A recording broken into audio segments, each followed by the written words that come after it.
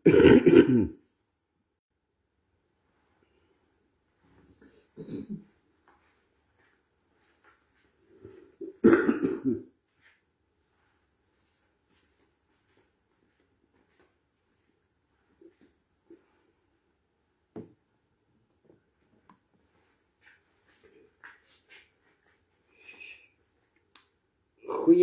en baie welkom.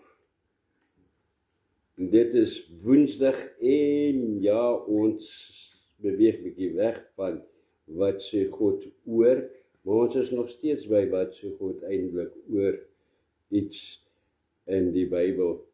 Ons gaan net konsentreer op seker vir die volgende 22, 24, 5, 26 weke op die boek Openbaring. In die laaste tyd is daar heel wat spekulasie, en is niks anders as spekulasie oor die koms van die Here Jesus nie. En gereeld word daar baie gebeure in die Bybel, veral uit die boek Openbaring aangehaal, wat mense aanhaal, goed soos trompette wat geblaas moet word, en bakke en skale wat uitgegooi word, en dan is dit, ons is nou hier in die Bybel, en dit is wat gebeur. En dit is wat volgende gaan gebeur, of moet gebeur, of sulke goed. En al wat dit veroorsaak, is dit bring verwarring. En dit gaan grootliks oor, omdat die mens nie regtig weet wat en waar ons is in God se kalender, wat is gebeur nie, wanneer moet gebeur, kan goed gebeur, daar is seker goed wat mense sê, as ek hoor hulle sê dit, dan weet ek dadelik, Here, dit is nie van U nie, al sê hulle dit is van U, want dit wat hulle sê moet gebeur, kan nie nou gebeur nie, dit is buite U kalender, buite U tyd. En omdat dit so baie verwarring veroorsaak, gaan ek het al van tevore, maar daar is soveel mense wat in die laaste tyd gevra het, wil jy nie asseblief dit aanbied weer nie, gaan ek 'n vers vir vers uitleg van die hele boek Openbaring aanbied. Waar kom ek aan die inligting, wat ek my kan slim hou daarmee? Ja, ek het net 4 maande in afsondering gewees, waarvan ek dit met die Here ontvang het van hom af. En na 4 maande se afsondering, heeltemal op my eie met die Here, en na 4 maande en so stapel bladsye papiere vol aantekeninge en goed, het ek toe begin skryf, en dit het, om dit agter mekaar te sit, en dit het maar gelei tot die skryf van my doktorale tesis in eskatologie. Dit sê mense, dit klink verskriklik, wat is dit? Dit is maar net 'n fancy naam. Fancy is 'n goeie Afrikaanse woord, vir die uitleg van die eindtyd. En ek het daaraan 5 jaar lank gewerk, om vleis aan te sit by dit wat die Here vir my gegee het, by hierdie tekste, om foto's te kry. Het 5 jaar, so het was 5 jaar en 4 maande se werk hierdie, wat ek vir jou gaan aanbied. Daarom, ek kan duidelik sê, met sekerheid sê, hierdie uitleg wat jy sal hoor, voordat jy begin dink, ja, hierdie ou is hierdie, of hy is van die, of van daai, wees verseker, dit verteenwoordig geen spesifieke denominasie nie. Dit verteenwoordig net die waarheid wat sê God in die woord. Ek wil ook in die begin sê, die Bybel aanhalings en verwysings wat ek gebruik is, ek wil nie sê grootliks nie, maar omtrent net slegs uit die 1933-53 Afrikaanse Bybel, met verwysings na die, heel wat verwysings na die oorspronklike teks, ook grootliks in Grieks, waar nodig. As ek begin wil ek sê, baie mense is gekant teen die inhoud van die boek Openbaring.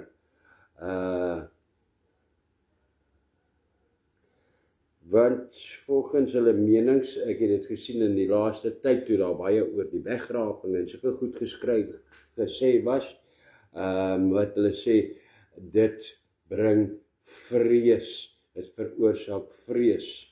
Nou, ek wil net daarop reageer en sê, dit kan slegs angs en vrees veroorsaak, indien jy weet, dat jou lewe nie in die regte verhouding met God staan nie. Dan kan jy bang wees vir dit wat gaan gebeur. Wanneer jy weet dat Jesus gaan my nie kom haal nie. Andersins wil ek sê, is dit die grootste gebeurtenis wat daar ooit op hierdie aarde sal plaasvind. En die grootste gebeurtenis om na uit te sien, om die ewigheid saam met die Here Jesus as sy bruid te spandeer, om deur homself te gehaal te kom word. Geen vrees daarin nie, dit kan net blydskap veroorsaak.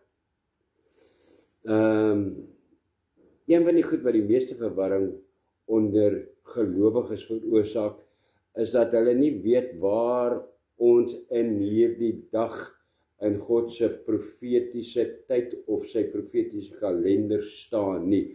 As ons eers dit weet, is dit altyd heel eerste wat ek vir iemand sê, as hulle sê, hierdie een sê dit gaan gebeur, dan sê ek, waar staan ons? Waar staan dit geskrywe in Openbaring? As dit na hoofstuk 4 is, kan dit nie gebeur nie. Is dit nie van die Here af nie. Want ons is nog nie daar in God se kalender nie. En dit is hoekom hierdie verklaringe van mense, en dan vertel hulle het almal gehoor van die Here, dan verskil dit. Nou, as ek van die Here hoor en jy hoor van die Here en ons albei het van die Here gehoor, hoe kan dit wat ons nou aankondig, hoe kan dit verskil? Hoe kan dit bots met mekaar? So kom ons kyk, waar staan ons in die kalender van God? Kom ons kyk gou. Daar is God se kalender. Ons is hier. Waar is dit? Jy sal sien, ek het dit so uitgelê in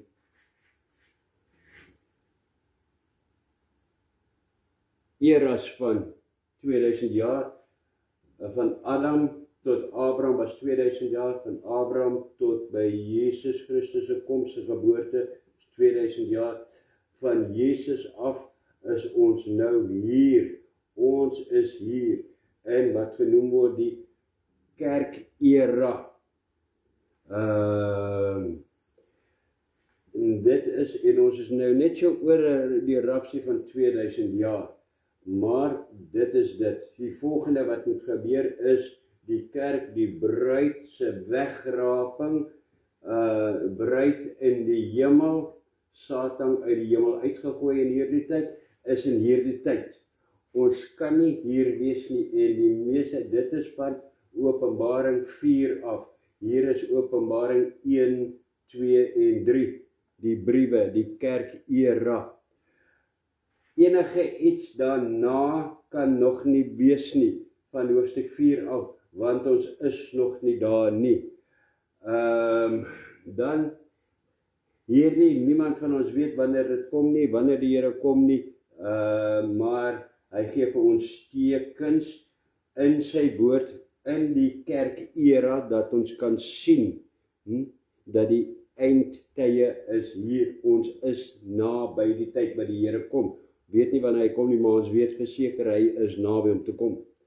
Dan kan ons dit uitwerk, van dat die Here sy bruid kom haal, en daar sal ons die wegraping, sal ons in hoofstuk 4 baie volledig uitlê, dat jy geen twyfel het oor die wegraping nie. Van daar af wat die Here kom haal, tot en met die wederkoms. Die wegraping en die wederkoms, twee verskillende goed. Hierso kom die Here, hy kom op die wolke, geen oog gaan hom sien nie. Hier kom hy terug en hy kom nie op die wolke nie, hy klim van die wolke af, hy kom staan op die Olyfberg en elke oog sal hom sien. Die wederkoms, die Olyfberg, daarom staan daar so Olyfberg en Armageddon, dan kom hy, en dit is wanneer die Here hierdie volke, die heidene kom uitsort hier op die aarde. Nou van daar tot daar kan ek op die dag kan jy dit uitwerk. Van daar tot daar sê die woord, verskillende plekke in Openbaring gaan jy dit sien. Dit is presies 7 jaar. So jy kan dit op die dag uitwerk wanneer dit gaan gebeur. In hierdie tyd gaan daar so in die 7 jaar gaan wees twee gedeeltes, die eerste 3,5 jaar gaan nog vals vrede op die aarde wees en dit gaan lyk op het voorspoed is. Dan die tweede 3,5 jaar, dan begin die groot verdrukking. Dit is wanneer hierdie skale en bakke uitgegooi word op die aarde. En dan hierso, die 1000 jaar vrederyk wat daarna volg, en daarna die nuwe hemel en die ewigheid. So waar staan ons? Ons is hier. Ons is nog nie hier nie, so daar kan nie iets daar gebeur nie. Ons is hier, so net dit tot daar kan gebeur. Amen. Right, ek bly ons het dit.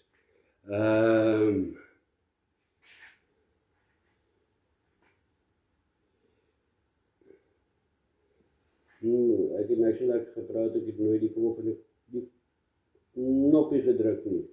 Wat ek wil sê, ons is hier die kerk era en niks buite hierdie venster.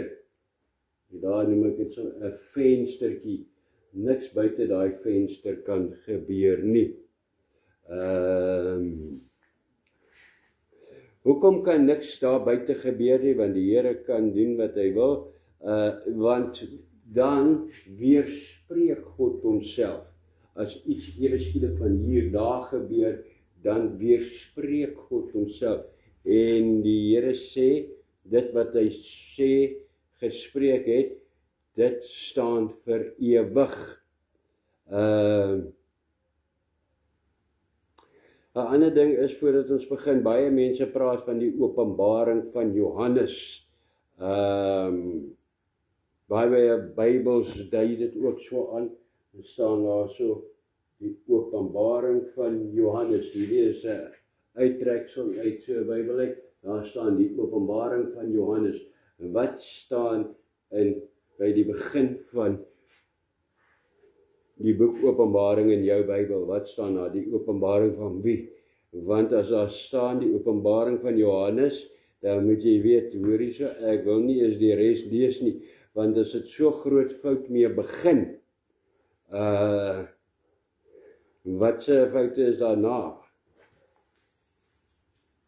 Dit is die openbaring van Jesus Christus, van homself aan Johannes, oorgedra aan Johannes.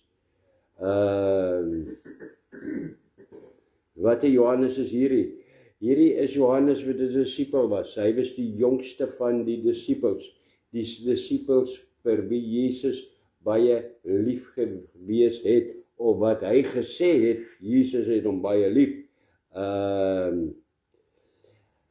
En hy het, net vir interessantheid vir agtergrond, hy het die boek Openbaring geskryf tussen die jaar 70 en 95 na Christus.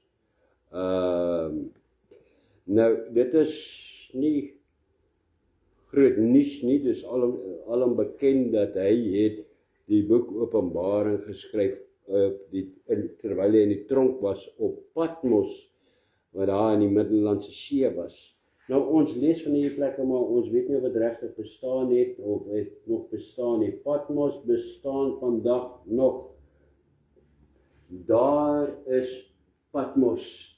Patmos, die Middellandse See, Afrika, Europa daarbo, wat is hier? Hier is Asië, en daar lê die eiland nog steeds vandag, Patmos, hier waar die rooi kolletjie is. Daar lê hy. 'n ander foto van, het ek nie wys hoe lyk dit in Patmos. Patmos, daarbo, dit is die eiland Patmos, hoe dit vandag lyk. Daar is die tronk waarin Johannes was. Die tronk is nog steeds daar in Patmos. En Patmos van naderby beskou, het is 'n groot uithangplek, het is 'n groot vakansieplek. Daar is Patmos van nader. So Patmos, werklike plek en wat bestaan het en van vandag nog bestaan. Maar dit is nie waar dat hy die hele boek Openbaring in Patmos geskryf het nie. Hy het net hoofstukke 1 tot 9 in Patmos geskryf, terwyl hy daar gevangene was. Die oorblywende hoofstukke, hoofstuk 10 tot 22, het hy hier geskrywe. Sien jy daar lê Patmos, en hy is van daar af vrygelaat en Efesus toegestuur. Hy het dit daar in Efesus geskrywe. Na sy vrylating. Okay. Dit is dan 'n bietjie agtergrond dat jy 'n idee het van waar dit is dit regtige plekke gewees. Baie mense maak die Bybel af asof dit is 'n storie, dis nie werklik nie. En daar is vandag nog tekens wat dit wat in die woord staan net bevestig. So, kom ons begin hoofstuk 1. Nou, ek gaan, as gevolg van tyd, gaan ek net 10 versies doen. Net die eerste 10 versies, dan gaan ons volgende week aan, en so sal ek elke aanbieding probeer om hom net by 10, nie meer as 10 verse op 'n slag te doen nie. Voordat ons begin, ek wil nie net hê dit moet vir jou interessant wees nie, ek wil regtig die Here bid dat dit vir jou 'n openbaring is, dat dit vir jou dinge oopgaan in jou gees, en dat die Here dit vasmaak in jou gees. So kom ons sluit net gou die oë.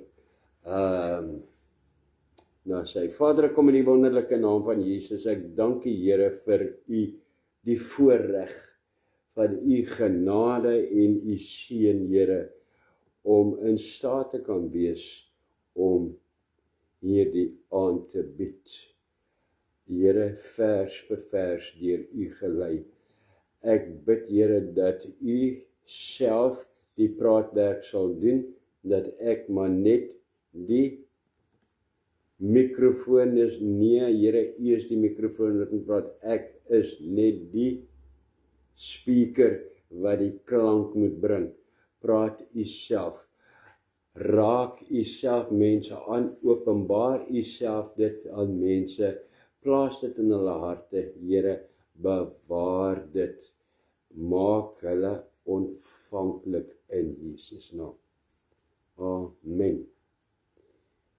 Dis my gebed, want ek wou regtig hê saam met die Here het dit gegee vir Johannes, sodat die mens gewaarsku kon wees, sodat hulle kon voorberei vir die koms. Ek wil so graag hê saam met die Here dat jy jou moet voorberei vir sy koms, dat jy gereed kan wees. So, vers 1, hier begin ons nou. Halleluja. Hoofstuk 1, vers 1. Boem. Kyk, daar en daar so. Hoofstuk 1 lees vers 1, die openbaring van Jesus Christus wat God hom gegee het om aan sy diensknegte te toon wat gou moet gebeur en wat hy deur die sending van sy engel aan sy diensknegt Johannes te kenne gegee het. Amen. Paar woorde daarna om te kyk wat ons nou na sal kyk daarso en wat die betekenis.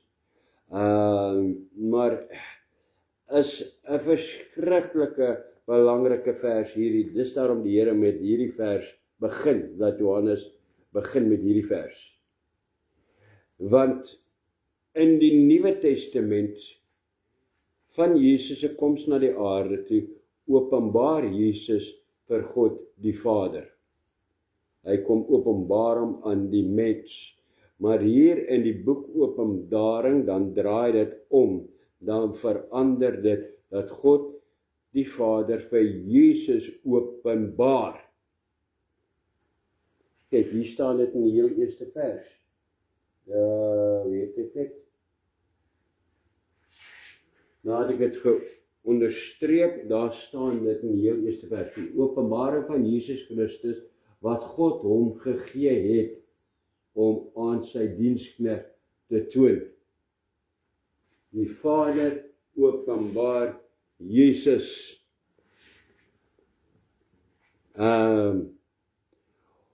Dan is daar so 'n paar woorde hierso, kom ons kyk gou so vinnig na hulle. Hom en sy diensknegt. Hom en sy diensknegt verwys definitief na Jesus. Hierdie is 'n openbaarmaking van die boodskap van die verskyning van Jesus, van hom, Jesus, aan sy diensknegt Johannes. Right. Dan is daar so, wat hy deur die sending van sy engel aan die diensknegt Johannes te kenne gegee het. Daar staan dit, Jesus het sy boodskap deur 'n engel aan Johannes gegee. Met tye praat hy self, maar daar staan dit, hy het sy engel gebruik om die boodskap aan Johannes te gee. Jy sal sien, hierso in die begin, Jesus het nog nie 'n oog op, Johannes het nog nie 'n oog op Jesus gelê nie. Jy sal sien waar verskyn Jesus vir die eerste keer en wat gebeur dan. Dan die volgende ene is seker, ons druk 'n knoppie, wat gou moet gebeur. Nou baie mense, ja nee, dit moet gou gebeur, dit is al 2000 jaar wat dit gou gebeur.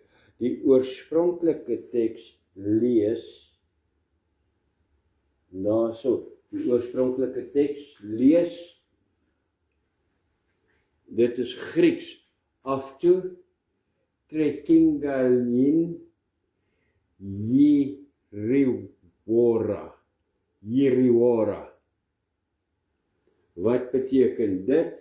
In die oorspronklike teks staan daarso geskrywe, spoedig en vinnig sodra dit begin. Dit moet spoedig gebeur en wanneer dit begin, dan gaan dit vinnig gebeur aan mekaar. Dit is wat daar staan. So, kom ons kyk gou weer na daardie kalender. Daardie kalender van God. Daar is hy weer ons is hier, wat sê hierdie versie wat ons nou net gesê het, spoedig en gou, in vergelyking met God se kalender, gaan Jesus spoedig geopenbaar word in God se tyd, spoedig, nadat hy opgevaar het na die hemel, 2000 jaar, vir God is dit spoedig, en spoedig wanneer dit begin, wanneer die wegraping begin, gaan dit baie vinnig gebeur, die gebeure daarna. Dit gaan 7 jaar wees van daar tot daar, tot dit met die wederkoms. In daardie 7 jaar kan jy nie glo hoeveel dinge hier gaan gebeur tussen hoofstuk 4 en hoofstuk 18. Dit gaan so op mekaar wees, hierdie strawwe, hierdie dinge wat op die aarde moet gebeur, spoedig die een na die ander een. Dit is maar wat vers 1 beteken en sê. Dan vers 2 is wat getuig het van die woord van God en die gebeurtenis van en die getuienis van Jesus Christus, alles wat hy gesien het. Kyk, wat 'n getuienis van Jesus het Johannes gehad? Hy het die getuienis van Jesus gehad. Hy wat dit is, definitief Johannes, wat die getuienis gehad het. Hy het die getuienis gehad oor die bloed van Jesus, oor die menswording van Jesus.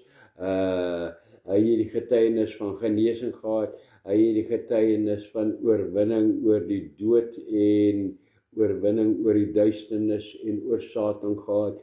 Dit is definitief Johannes en definitief van Jesus wat gepraat word. Kyk,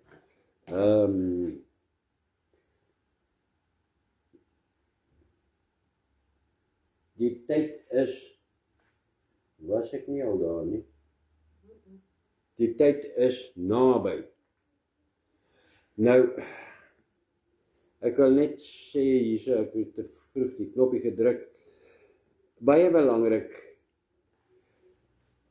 die boek Openbaring is die enigste boek in die Bybel waar die belofte verskyn dat jy salig is, geseënd is, dit is wat salig beteken, sal wees as jy die inhoud daarvan lees, hoor, bewaar en versprei, as jy dit verstaan en aanneem.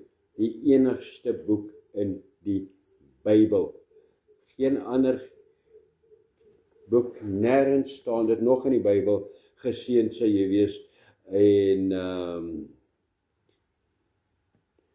as jy die inhoud hiervan bewaar nie. Die tyd is naby, is in die oorspronklike woord. Nou kyk hierso, dit raak nou interessant, is die Grieks is Egeus.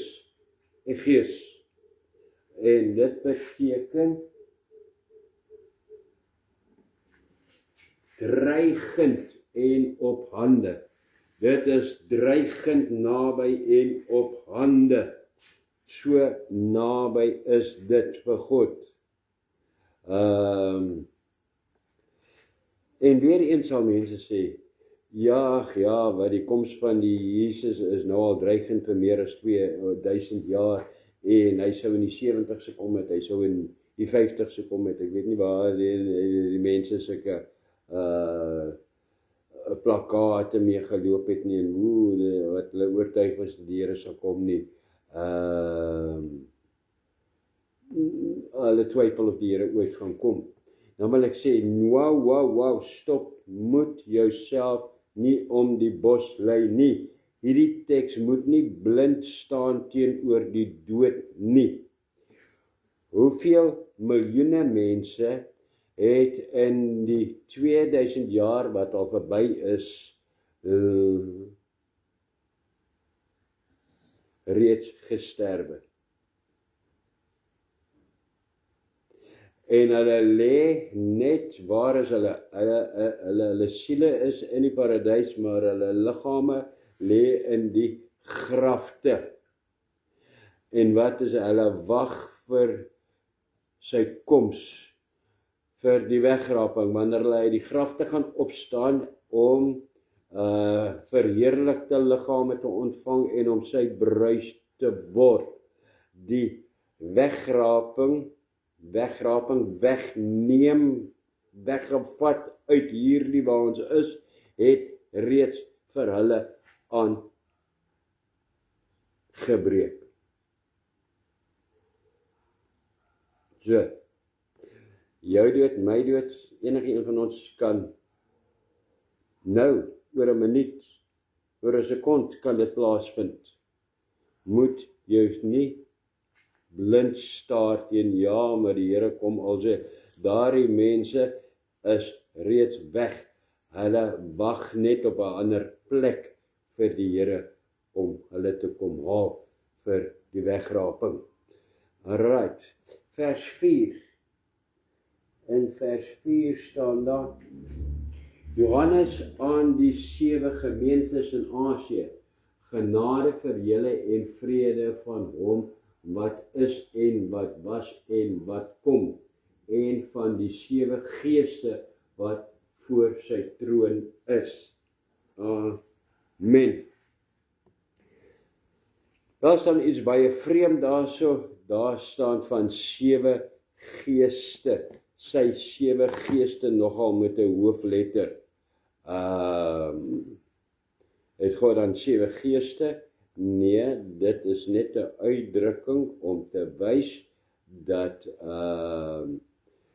God se alomteenwoordigende teenwoordigheid volmaak, asof hy 7 geeste sou hê.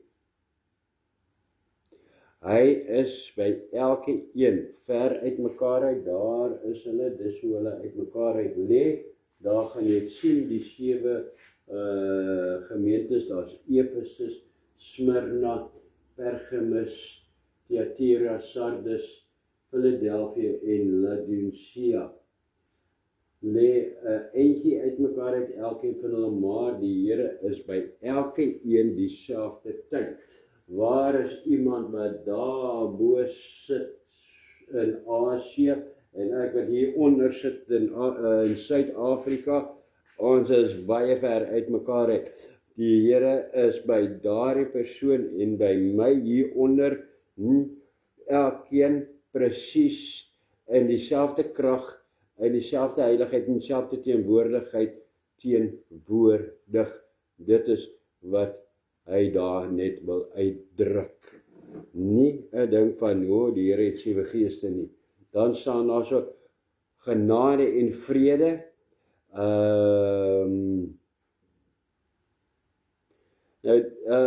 Dit is interessant, ek wil iets daaroor noem. Oor genade en vrede staan nie toevallig in hierdie orde geskryf nie. Dit is so gesê aan Johannes spesifiek in hierdie orde, want dit is God se, ek wil sê, program vir sondaars. Eers genade, dat ons gered word, en dan vrede daarna. Staan ook in Efesiërs 2 vers 8 en 9, Titus 2 vers 11, Romeine 5 vers 1, Kolossense 1 vers 20, Romeine 15 vers 13.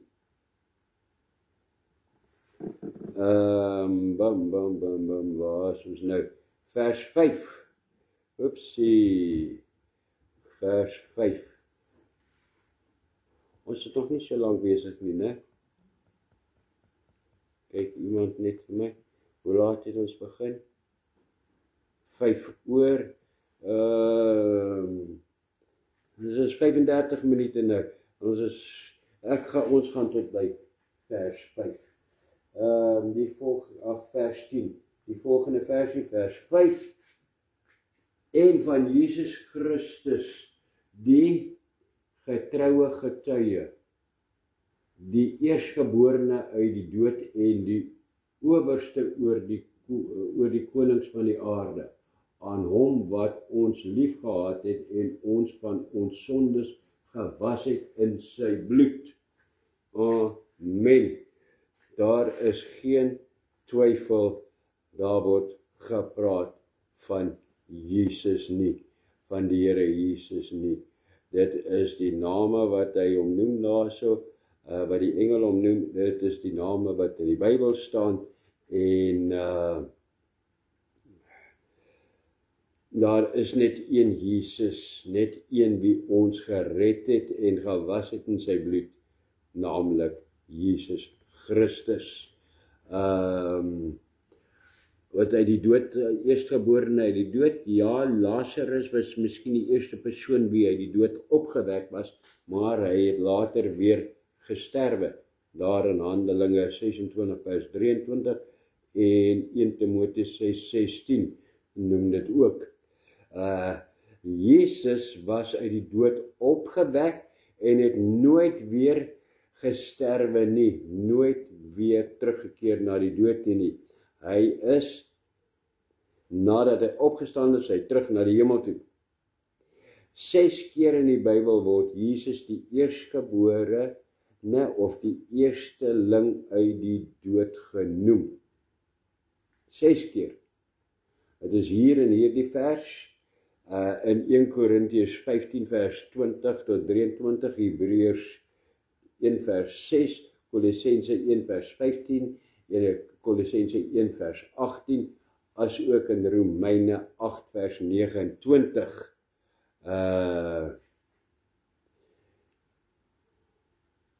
En dit is baie belangrik dat ek dit noem, en dat hy dit self hierso noem, die engel, want dit dui daarop dat Jesus volkome 'n mens op die aarde was. Hy was nie iets anders nie, hy het gekom as 'n volkome mens op die aarde, en hy het as 'n mens gesterwe vir die mens se sondes. Vers 6. En van ons gemaak het konings en priesters vir sy God en Vader, aan hom die heerlikheid en die krag tot in alle ewigheid. Amen. Ekskuus.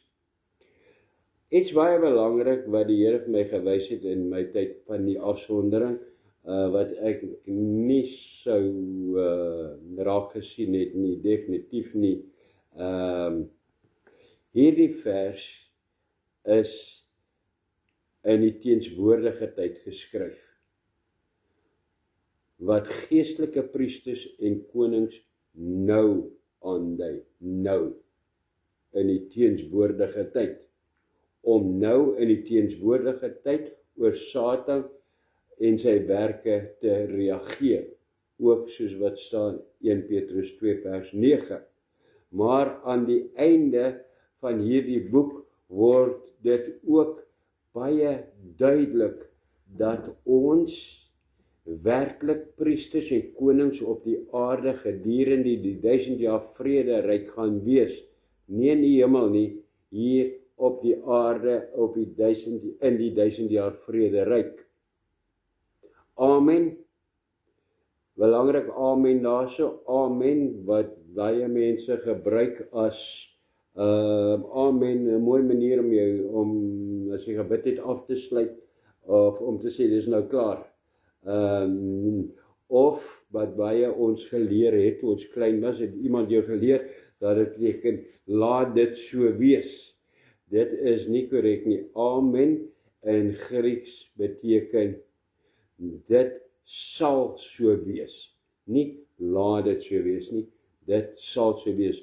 Amen is 'n bevestiging dat dit die waarheid is en dit sal so wees. Right, ek wil dit net noem, belangrik. Vers 7.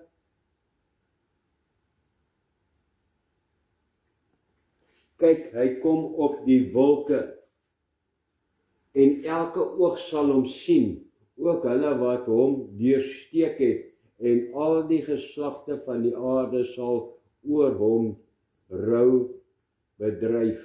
Ja, amen. Right. Hy kom op die wolke. Dit bevestig my net, dit is Jesus wat kom op die wolke. Handelinge 1 vers 9, Matteus 24:27, Sagaria 12:10, Jesus kom op die wolke. Die engel sê, bevestig dit wat reeds in die woord staan. Elke oog sal hom sien, baie belangrik. Hierdie gedeelte het ek ook al baie goed oor gewys. Hierdie gedeelte wil ek noem hierso. Onthou, Jesus kom 2 keer op die wolke. Die eerste keer kom hy om sy bruid te kom haal met die wegraping.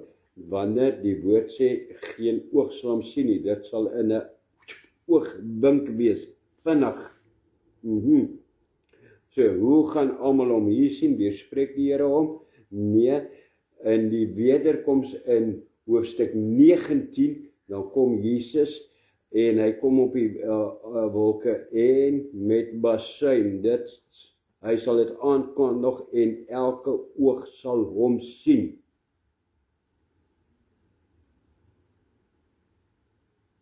So hierdie verwys dadelik, baie belangrik, dat jy dit lees daar, dat jy weet, hierdie praat ons nou van die wegraping, hier praat ons nou van dat dit help jou net om beter te verstaan wat dan daarna volg.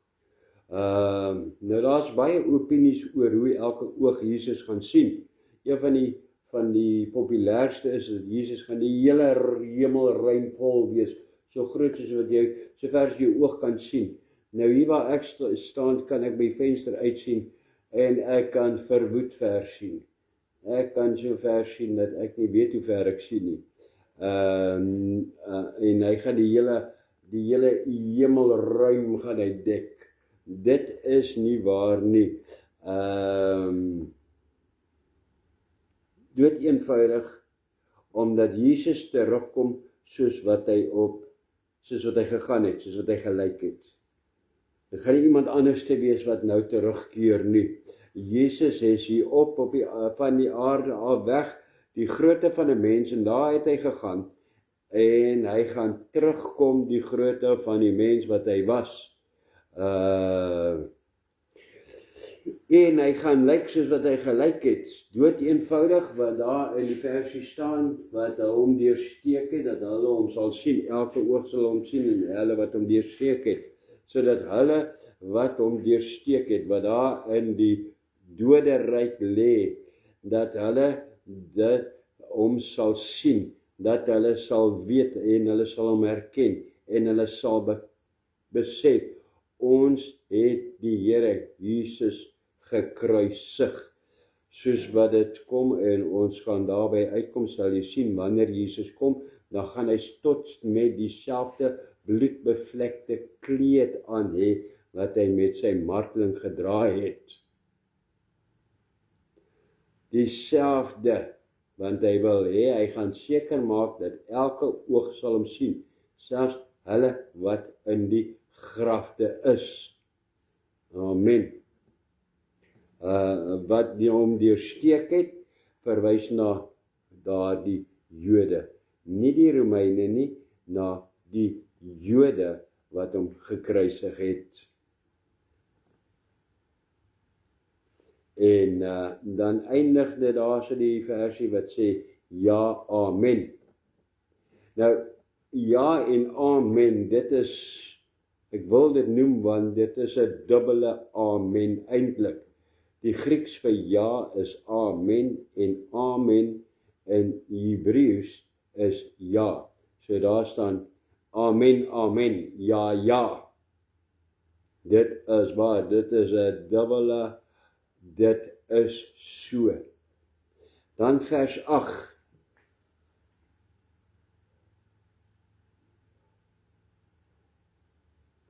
Daar is ek 'n prent gehad, wat ek net wil wys. Dis net 'n voorstelling. Al hierdie prente wil ek noem, wat ek gebruik, is nie soseer soos wat dit sal lyk nie. Dis hoe dit is geteken, en op die versie, hoe die versie staan. Reg, onthou dit.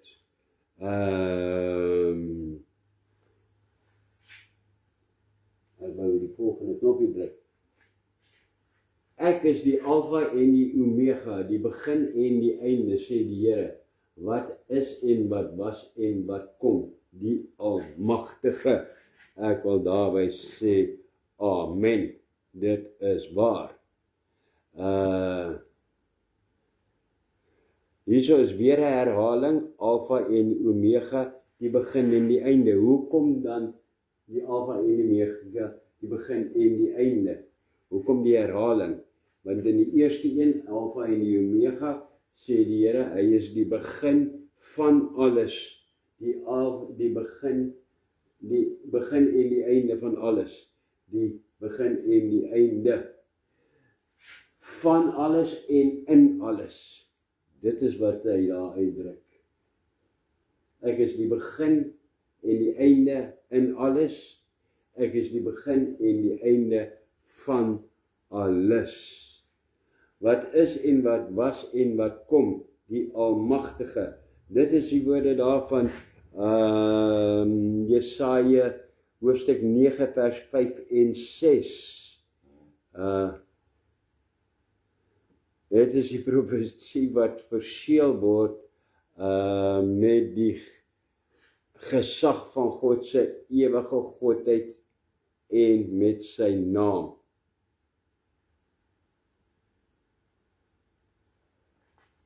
Bevestig maar net dat dit die Here, die Almagtige, onse God is.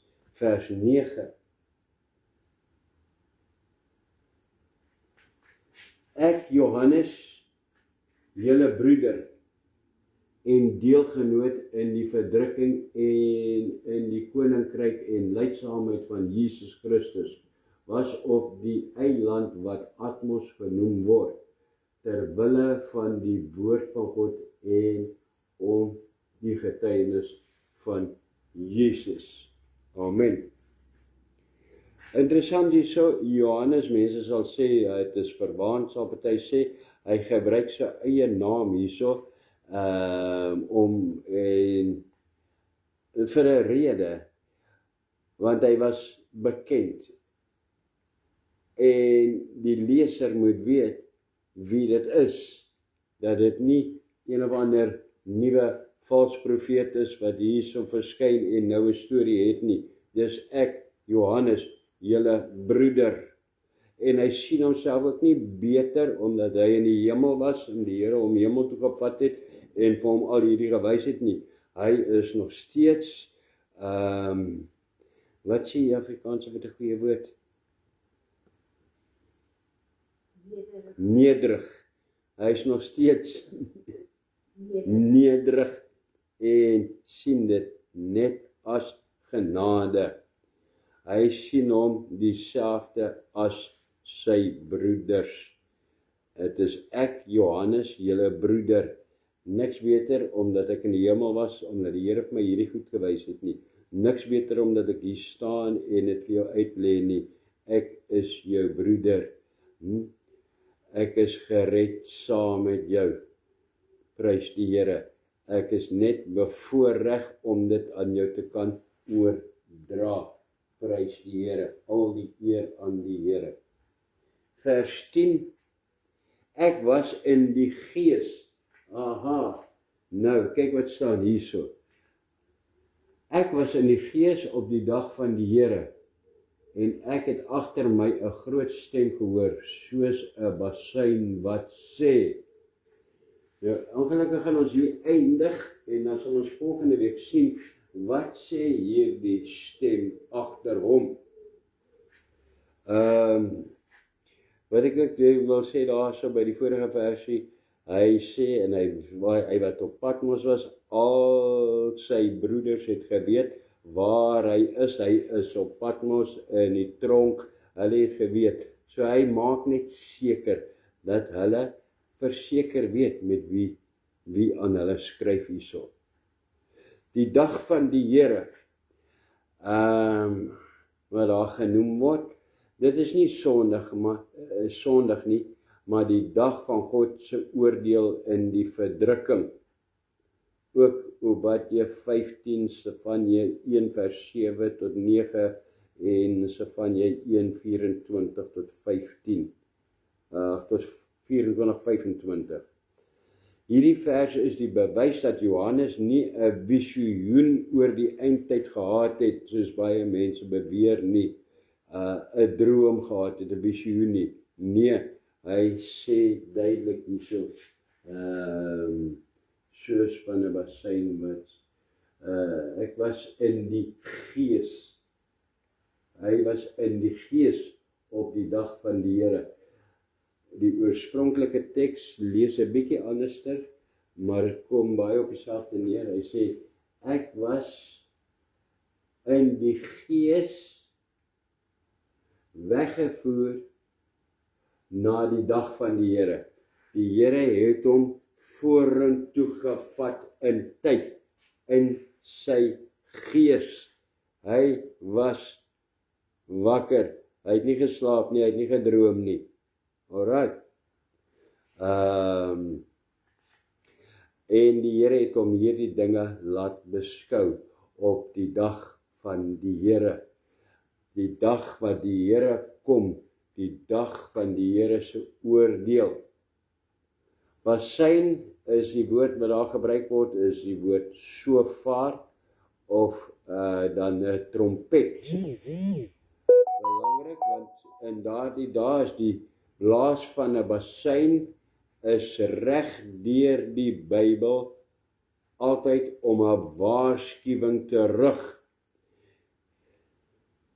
Hierdie stem wat hier agter hom gepraat het, het so duidelik in die bassein wat geblaas is, wanneer hulle daardie shofars geblaas het, was dit baie duidelik skril geluid gewees. Hierdie stem wat hy agter hom gepraat het, was baie duidelik en het soos 'n shofar wat geblaas is, 'n bassein, 'n trompet wat geblaas word, het hy geklink. Met ander woorde, hy het gesag gehad. Amen.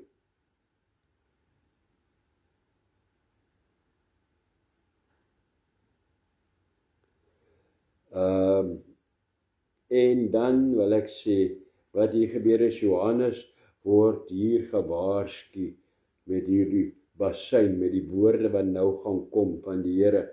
Dit is die bassein, die Here se bassein in sy woorde. Hy word gewaarsku, want die bassein het mense gewaarsku, of miskien moet ek sê, voorberei vir 'n boodskap, wat vir die mens as 'n waarskuwing moet dien. Nie 'n bang maak nie, maar 'n waarskuwing. So die stem wat agter hom gepraat het, het met gesag gepraat en 'n waarskuwing aangekondig. Die waarskuwing is dan van Openbaring 1 vers 11 tot en met Openbaring 22. Die volgende, waar ons volgende week sal aangaan, dan sal jy sien, tot en met hier het Johannes nog net die engel gesien, wat met hom gepraat het. Maar hier, vir die eerste keer verskyn Jesus self, vir die eerste keer hier, vers 11, kan jy net so groot rooi sterretjie daar maak, of 'n kring omtrek, of highlight in jou Bybel. Hier verskyn Jesus self. Daarvandaan sal ons volgende week aangaan. Ek sien ons is amper 'n uur. 5 minute weg van 'n uur af.